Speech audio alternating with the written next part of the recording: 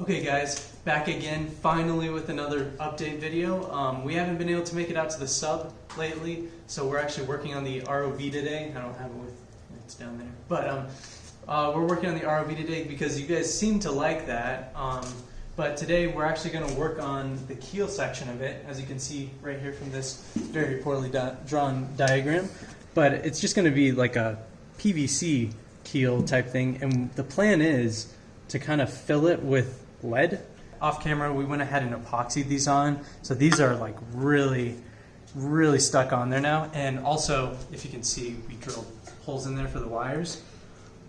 Aside from that, we don't have the motors on here, but we went ahead and cut a test piece, like that's this piece right here, and we found that 4 inches works pretty well, so we're going to go and cut 4 more pieces of this, and then, like it's written right here, 8 inches right there. So that's kind of what you'll be seeing us do here to make the main body of the frame.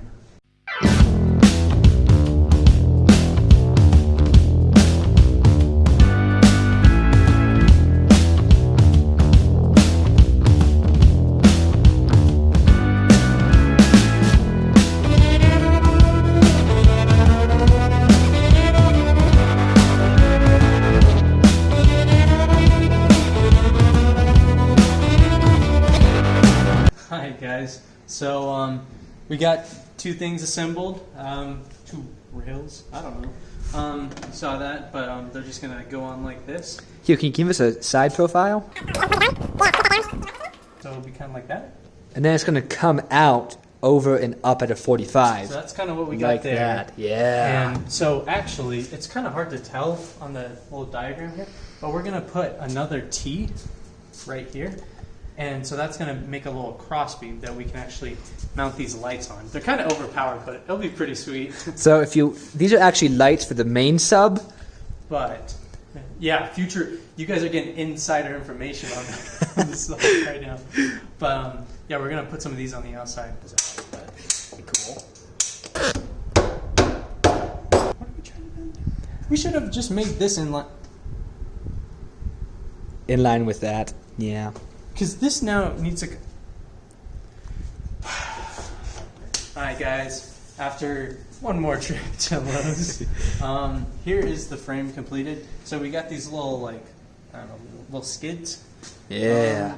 And so what we've done is actually angled them in, and it kind of makes it look a little bit less massive, because it's pretty big. But just can get you a pretty good view there. And then right put the dome on it. Oh, yeah. There you go. That's what it's going to look like. And then also throw a coupling on there. It's going to look like that, guys. And wait. Pass me 3 more. Actually 4 more.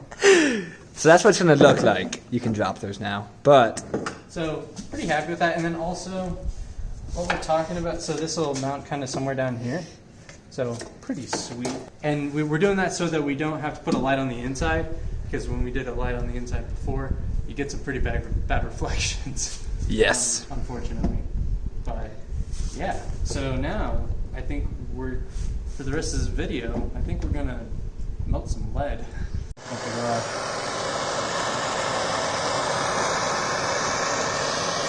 Okay, there is the lead melted into the ice water.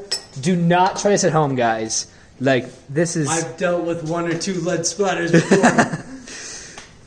Okay, slowly. Yep.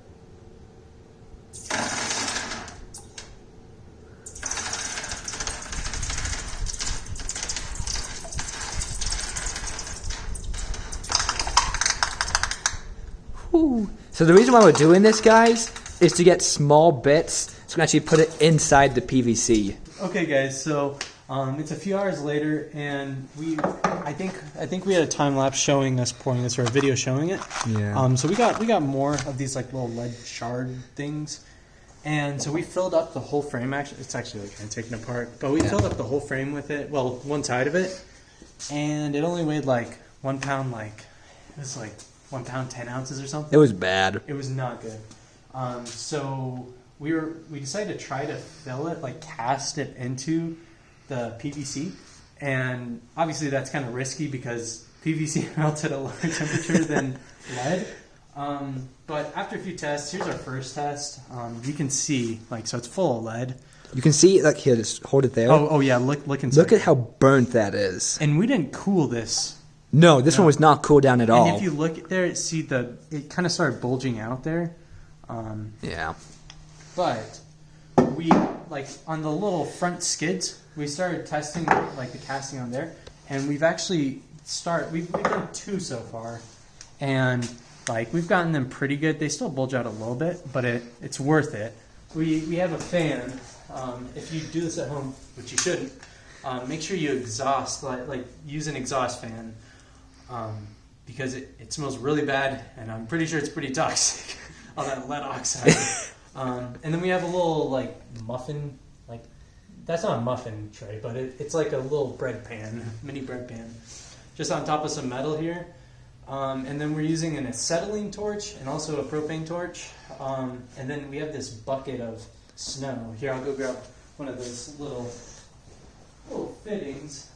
So what we do is we basically just heat up the lead to the melting point, let it cool, and then what we do is we submerge the PVC pipe inside the snow, so when we pour in the lead, it cools down as fast as possible, and then we just, like, move it around. Also, an important note, we've been putting these little, like, sleeves, so we cut off an adapter. Yes. Earlier, and that, it's okay if this bulges out a little bit, but if we can't put it into the PVC, then it's like that's not okay. So we just, like, slam that on. It also kind of protects the edge from if you spill metal around it. Mm-hmm. But that makes it so you can actually put your part into the PVC still.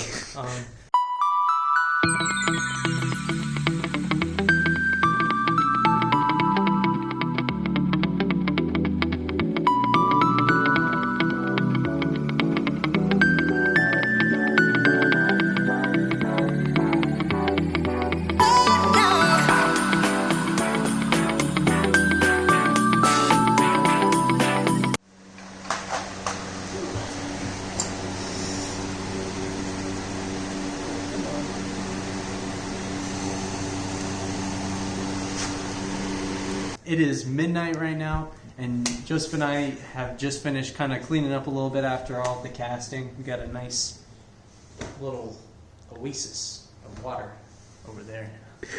And here is what we got done so far tonight. Here's the keel, if you will. It's, like, really hefty. That's like it's that's like hefty. 10 pounds. Yes. So we filled up all of these, and then all of these 8-inch sections. So it took a long time. And surprisingly, we only had one. So everything after the first 2 tries was basically, like, straight, and there wasn't any like deformation in the PVC, which was really nice, except for this one section right here. Like, I poured a lot of it too much lead for the first pour, because we poured them in a few sections, and it really heated up this section. And we weren't able to cool it fast enough.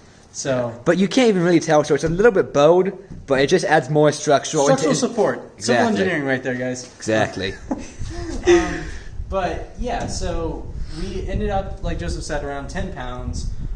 But after we got it done, we reweighed everything, and we got that in total we weigh 18.77 pounds, and that's without anything on the inside.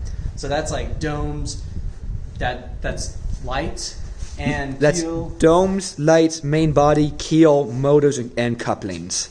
Yes. So not even, like, we're gonna have to put some batteries inside too, which are gonna be kind of heavy. So we definitely overdid it.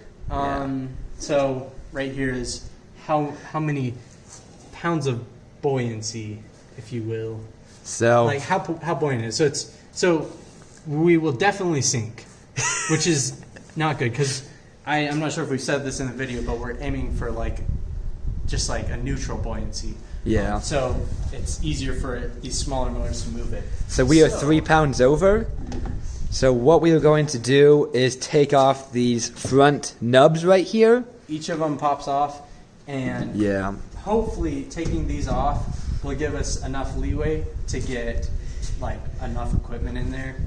So, but we're really happy with how it all turned out, because when we did this before, we were like taping tire weights onto the bottom of the ROV, and it didn't look good at all, and it didn't work at all. So No, it did not. It's nice to have something that actually looks good, and we're in a good range here.